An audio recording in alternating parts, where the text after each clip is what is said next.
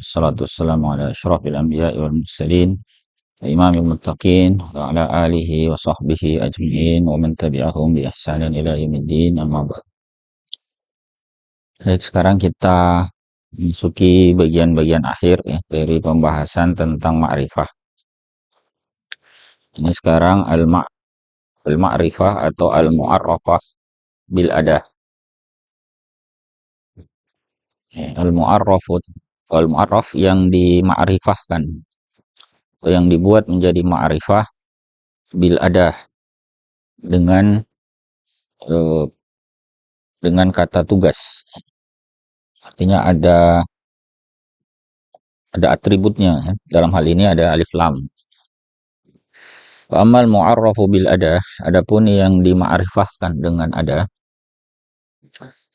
huwal mu'arrafu bil alif wal lam, yaitu yang dima'rifahkan dengan alif dan lam.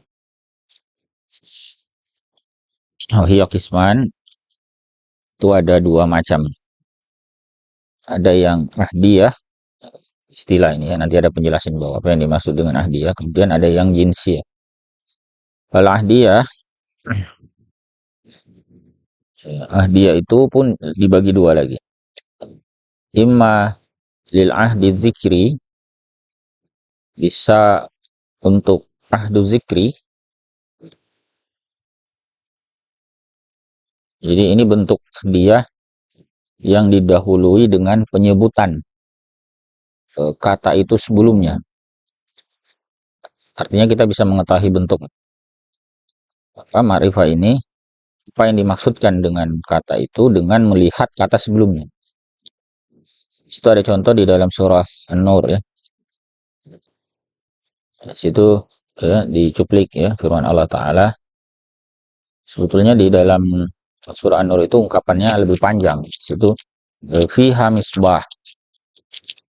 Di dalamnya ada misbah. Misbah itu lentera.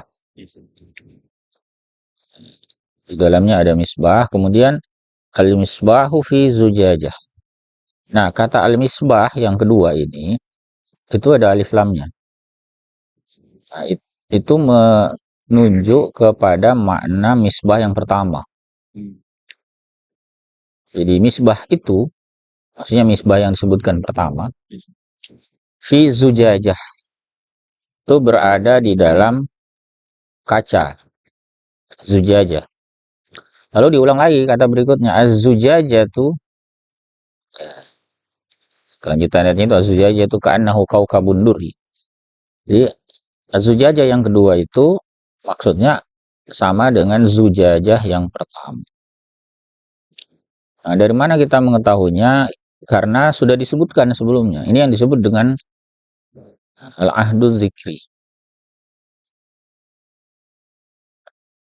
Contoh yang lain ya dalam surah Al-Muzammil ya. Itu kita bisa baca misalnya ya, sebutkan kama arsalna ila fir'auna rasula, sebagaimana kami mengutus kepada Fir'aun itu seorang rasul. Kemudian di ayat berikutnya disebutkan fa'asa fir'aunur rasul. Lalu Fir'aun mendurhakai rasul itu. Nah, rasul yang dimaksud itu sama dengan rasul yang disebut pertama. Ya. Jadi kita mengetahui makna ma'rifahnya ya, itu dengan melihat kata yang sudah disebutkan. Itu disebut di mana apa? Itu yang dimaksud dengan ahdu zikri. Ya. Ingat ya, pengertian dasar ma'rifah itu apa? Kata yang tertentu penunjukannya. Jadi kalau ada ma'rifah, kita itu harus tahu apa atau siapa yang dimaksud. Karena kalau kita nggak tahu, itu bukan ma'rifah dia. Makna kema'rifahannya itu baru terwujud ya, kalau kita sebenarnya tahu apa ya, atau siapa yang dimaksud dengan ma'rifah tersebut. Nah, kalau dia disebutkan sebelumnya, maka itu disebut zikri, du zikri. Nah, ada yang kedua, bandingkan dengan yang kedua, yang disebut dengan aulil ahdi zihni. Ya, ada ahdu zihni.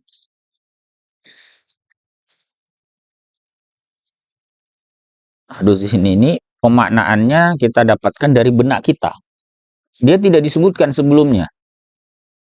Tetapi lawan bicara itu bisa mengetahui bahwa yang dimaksud itu adalah apa atau siapa yang sudah ada dalam benak dia. Misalnya dalam Al-Quran itu disebutkan izhuma fil ghar, ketika keduanya berada di dalam gua. Dalam kisah dalam surat Taubah ini sebetulnya kisah hijrah Nabi Shallallahu Alaihi Wasallam bersama Abu Bakar Siddiq radhiyallahu anhu yang saat itu eh, pergi ke Gua Sur, sembunyi di beberapa malam di situ.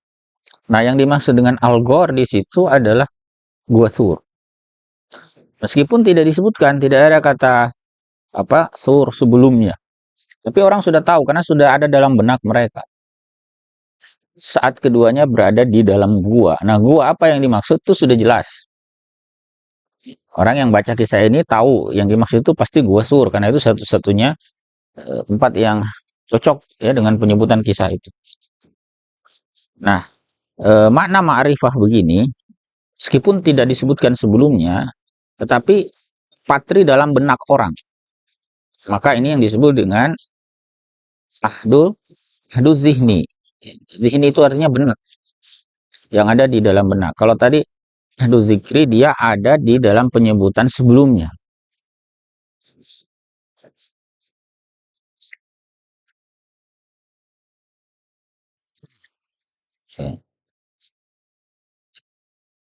Kemudian yang terakhir ada juga yang disebut aulil ahdil huduri. Yang dimaksudkan itu sesuatu yang ada saat itu. Meskipun dia tidak pernah disebutkan sebelumnya, tidak ada juga dalam benaknya mukhatab, tapi ada saat itu. Sehingga orang langsung tahu, oh yang dimaksud itu. Misalnya ayat tentang apa ini, surah Al-Maidah yang ketiga, al-yauma akmaltu lakum dinakum. Perhatikan kata al-yaum. Alif lamnya itu menunjukkan dia ma'rifah. Nah, hari apa yang dimaksud? Ya, pada hari ayat itu turun. Makanya biasa diterjemahkan pada hari ini, pada hari itu. Yang dimaksud itu adalah hari di mana ayat tersebut turun. Jadi ketika orang membacanya saat ayat itu turun dibacakan kepada khalayak, orang langsung tahu bahwa hari yang dimaksud itu adalah hari ini. Jadi itu yang disebut dengan ahdul hudur. Ahdul huduri. Makna yang hadir saat itu, entah pada waktu itu atau di tempat itu. Meskipun itu tidak disebutkan sebelumnya atau tidak ada dalam benak, tapi orang langsung tahu. Maka ini juga ma'rifah ya.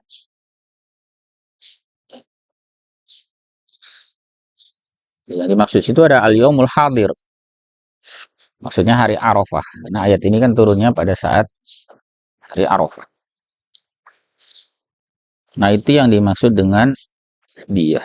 Dengan beragam macam. Kemudian, ada yang disebut dengan jinsiyah, jenis kedua. Apa itu jinsiyah? Jinsiyah ini ya, itu menunjukkan jenis sebetulnya. Sesuai namanya ya, jinsiyah. Ya, memaksudkan jenis. Kalau dia itu tadi bukan jenis ya, dia menunjuk kepada sosok apa atau siapa. Nah, kalau jinsiyah ini jenisnya. Kalau dia itu yang dimaksud itu satu. Tapi kalau yang disebut jinsiyah itu satu jenis semuanya. Nanti kelihatan bedanya kalau kita lihat contohnya. Misalnya di sini eh,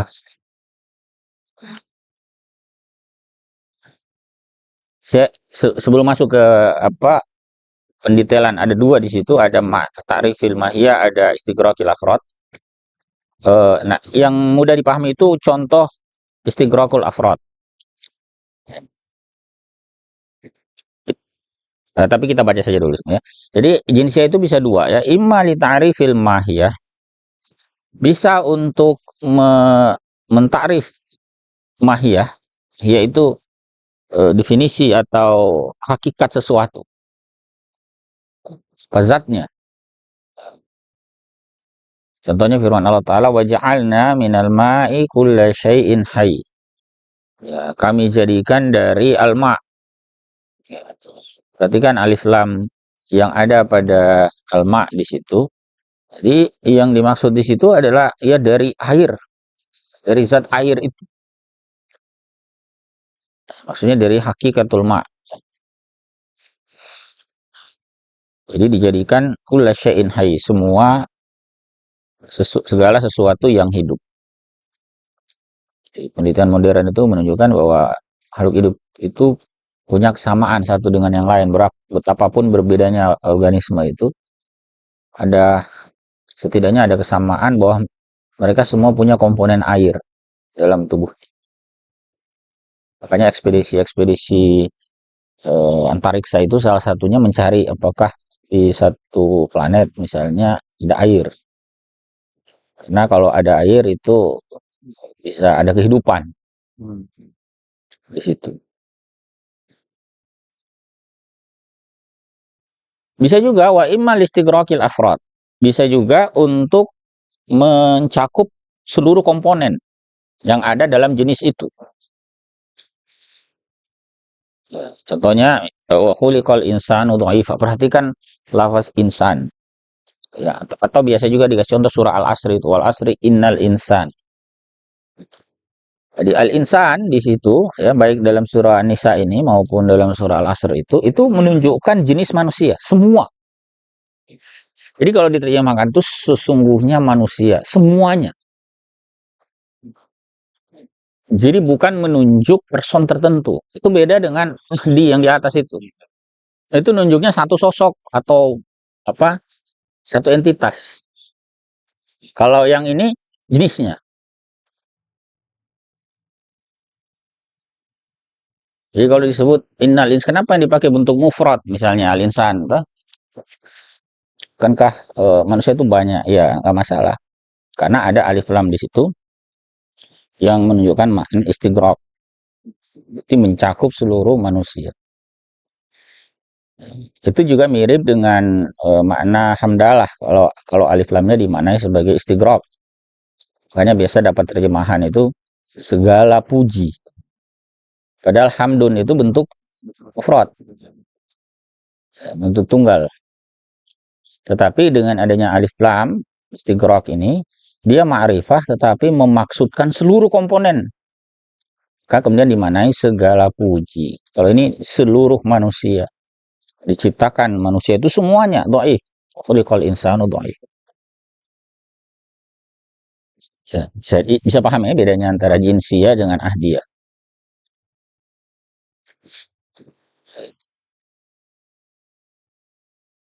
Kemudian ada satu lagi terakhir, au listighraqi khasaisil afrad. Bisa juga untuk mencakup seluruh karakteristik komponennya. Misalnya ada ungkapan, meskipun ini agak jarang dipakai ya. Ada ungkapan di situ antar rojulu ilman. Itu apa artinya antar rojulu ilman? Ar-rojul di situ ada alif lam istighraqnya. Jadi seakan itu dikatakan ya, anta kullu rajulin ilman. Kamu itu setara dengan semua orang. Semua laki-laki dikumpulkan dalam hal keilmuan. Ya. Jadi maksudnya berhimpun padamu seluruh apa yang ada pada laki-laki lain berupa keilmuan. Ya, meskipun ini penggunaan yang relatif jarang. Ya. Nah itu bentuk mu'arraf bil adah. Ini kata yang mengalami atau menjadi ma'rifah disebabkan adanya tambahan alif lam. Adah yang dimaksud di situ alif lam. Kata tugas itu cuman satu macam, yaitu alif lam. Hanya saja maknanya beragam tadi, bisa al-ahdu, bisa juga jinsi, al-jinsi ya, dengan perinciannya masing-masing. Tapi yang jelas kalau ketemu alif lam adah ini, adatut ta'rif, maka dia mengubah kata yang semula nakirah menjadi ma'rifah. Misalnya tadi di situ ada kata zujajah, awalnya nakirah, lalu kemudian berubah menjadi ma'rifah. Ya, gor awalnya nakirah diberi alif lam menjadi ma'rifah. Yaum awalnya nakirah diubah menjadi al-yaum ya, menjadi ma'rifah. Begitu seterusnya. Baik, kemudian yang terakhir ya, sebelum kita diskusikan, yang terakhir ini adalah ma'rifah yang berupa idhofah. Jadi satu kata yang disandarkan kepada kata lain yang makrifah. maka dia juga dihukumi ma'rifah. Amal mudhafu ila wahidin min hadhil khamsah. Adapun yang disandarkan kepada salah satu dari yang lima, dari lima isim ma'rifah yang sudah kita bahas itu, mulai dari kemarin apa? Domir, alam, usul, syarah, syarah dulu ya, syarah dulu, kemudian usul, baru yang tadi terakhir apa? Mu'arraf bi'al atau bil adah. Lima ini, kalau ada kata lain yang bersandar ke sini, maka itu juga dihukumi sebagai ma'rifah. Misalnya dihimpun dengan domir. Itu dikasih contoh, gulam, gulami. Ya. Anak laki-laki, putraku, gulami. Kalau gulam saja, anak laki-laki, ya, boy. Itu nakirah. Tapi kalau disandarkan kepada kata ganti, maka dia menjadi ma'rifah. Anakku, anakmu, anaknya. Nah, demikian pula kalau dia disandarkan kepada isim alam. Misalnya gulam siapa? Misalnya gulam Zaid. Kalau gulam saja dia nakirah, tapi ketika disandarkan kepada sosok tertentu, maka gulamnya juga ikut menjadi tertentu. Anaknya Zaid. Ya, kemudian isim isyarah sama ya. Gulam haza, anaknya si ini. Si ini itu tertentu, maka gulamnya juga menjadi tertentu, jadi ma'rifah. Ya. Kemudian isim mausul misalnya gulamil ladzi qama abuh. Ya. Anak yang berdiri bapaknya. Ya, gulam. Kalau kita ganti dengan man misalnya ya. Ya, gulam man qala. Ya, kayak dia juga jadi ma'rifah. Nah, demikian pula yang beralif lam, gulam, ya gulam ar-rajul. Ya, mudah yang terakhir ini ya. Jadi prinsipnya semua bentuk ma'rifah yang sudah kita bahas ada lima itu, kalau ada kata yang disandarkan kepada salah satu dari lima ini, maka kata yang lain itu juga dihukumi ma'rifah. Nah, ada bisa ganti ini contoh lain, misalnya kata abdun. Abdun itu kirah. Kalau disandarkan misalnya abdi atau abduka, ya abdi zaidin atau abdullah, misalnya abduhaza atau abduhazihi, misalnya ya. Apalagi ya, abduman qama, abdul rajul, ya, atau abdul mar'ah, ya. Sama, ini semua menjadi ma'rifah. Bisa dipahami ya? Kenapa ma'rifah? Karena mudhof ilaihinya adalah ma'rifah. Ingat, mudhof ilaihi itu kan bisa saja nakirah, ya? Bisa juga ma'rifah. Nah, kalau dia ma'rifah, maka mudhofnya pun ikut ma'rifah. Bandingkan misalnya abdu rojulin. Ini nakirah semua. Rojul nakirah, maka abdunya pun juga nakirah. Baik, ada yang mau didiskusikan sampai di sini? Silakan. Terkait dengan alif lam lil jinsi yang istighraqil prodi istighraqul afrod. Ya. Ustaz kan tadi kayak kata wa khuliqal insanu dha'ifa. Sini kan insan kan tadi dia mufrad, tapi pemaknaannya itu kan seluruh. Ya, cakup seluruh jenis Gitu. manusia. Yang saya mau tanyakan Ustaz, kalau dalam konteks seperti ini misal dia disifati dengan kata yang jamak, meskipun naatnya itu jamak, tapi yang man'utnya itu mufrad. Enggak, dia Terus, enggak, dia tetap ngikut. oh, Dia tetap ngikut. karena Bukan kepada makna, dia ngikut kepada lafaz. Nabi sebaiknya Nabi itu Bisa. Makanya di belakang itu kata dha'ifa itu dipakainya bentuk tunggal. Dhaif di situ sebagai apa? Maf'ul kedua. Atau bisa juga sebagai hal. Tapi tetap dihukumi mengikuti katanya, bukan maknanya. Gitu ya. satu lagi Ustaz. Ya. Yang kata terakhir tadi Ustaz, tutup dalulam dan digantikan al miman dengan mim pada lugah himyar. Ini Oh, tadi belum baca itu ya? bisa. Oh ya, lupa, sorry. Ya. Jadi ini tambahan ya.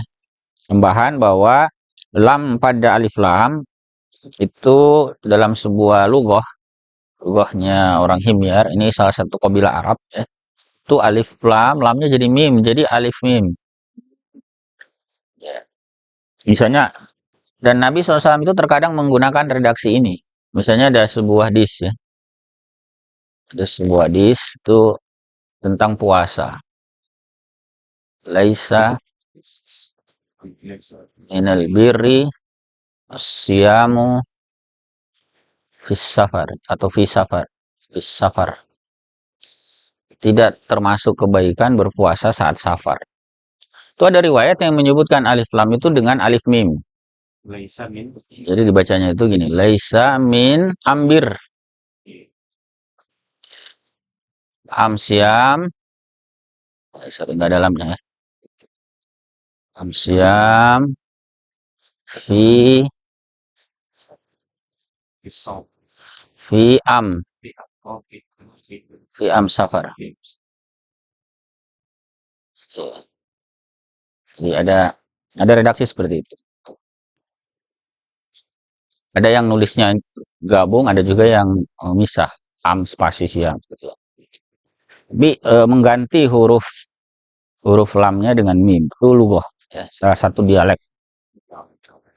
Hal ini adalah dialeknya himyar. Ada juga yang menyebut ini juga lughahnya orang Toyi ya, dengan mengganti mim mengganti lam dengan mim. Ya. Tapi ini jarang ya. Sekarang pun rasanya sudah tidak dipakai. Hanya dialek ya. Di naskah-naskah kuno ya contoh-contoh syair lama masih ada. Kalau ketemu begini jangan bingung kenapa bisa ya, itu dialek. Berarti lamnya diganti mim. Sama saja prinsipnya. Laisa minal bir ganti laisa min ambir. Siamu amsiam. Fis safar menjadi fi am safar.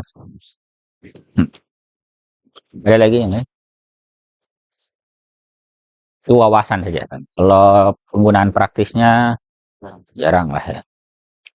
Bisa dibilang kita tidak lagi menemukan. Sebagai khazanah ya. Sebagai pengetahuan.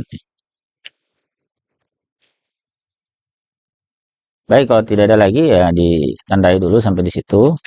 Karena topik berikutnya itu sudah masuk bab baru ya. Ini tentang al-marfu'at. Ini tentang isim-isim yang di-raf. Al-marfu'at minal asma. Baik ya. Barakallahu lana wa lakum wa hadanallahu wa iyyakum. Assalamualaikum.